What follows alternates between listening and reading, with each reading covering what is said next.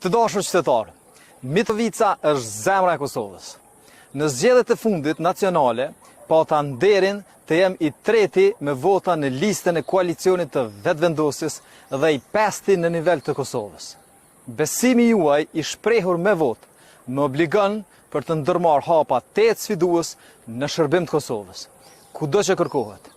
Përveç kërkesës së shumë qytetarëve që ishin në linjë edhe me kërkesën e kryeministrit Albin Kurti, vetëvendosjes e Partisë Guxo, dashuria për Mitrovicën dhe vullneti të sfidohem e të kontribuoj për vendlindjen ishin vendimtare në marrjen e vendimit për të kandiduar për kryetar të komunës së Mitrovicës. Ky vendim është një obligim që e marr edhe si amanet nga të parët tonë, për të ruajtur themelet e kësaj treve.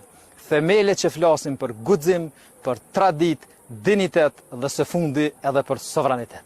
Arritjet në veri, zhvillimi i gjendbashëm ekonomik i Kosovës, shtron nevojën që edhe nga qeverisja lokale e Mitrovicës të ndjekun dinamiken e zhvillimit në shërbim të Mitrovicës dhe Kosovës.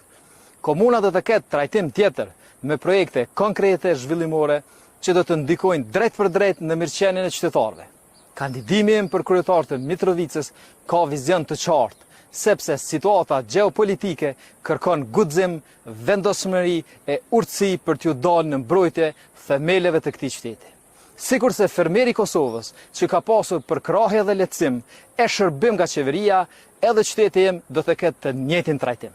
Gjatë mandatit të qeverisë Kurti 3, institucionet të rëndësishme shtetërore do të zhvendosen nga Prishtina në Mitrovicë, duke i dhënë veriut qytetit ton një rol qendror dhe të merituar. Jam i bindur se me mbështetjen tuaj, garen për Mitrovicën do ta përmbyllëm me sukses në mbrëmjen e 12 tetorit, ku do të fillojmë ciklin e punëve të mira që na presin së bashku. Mitrovicë, 2 zemra me i pas, 2 t'i kisha fal. Na priftën bara.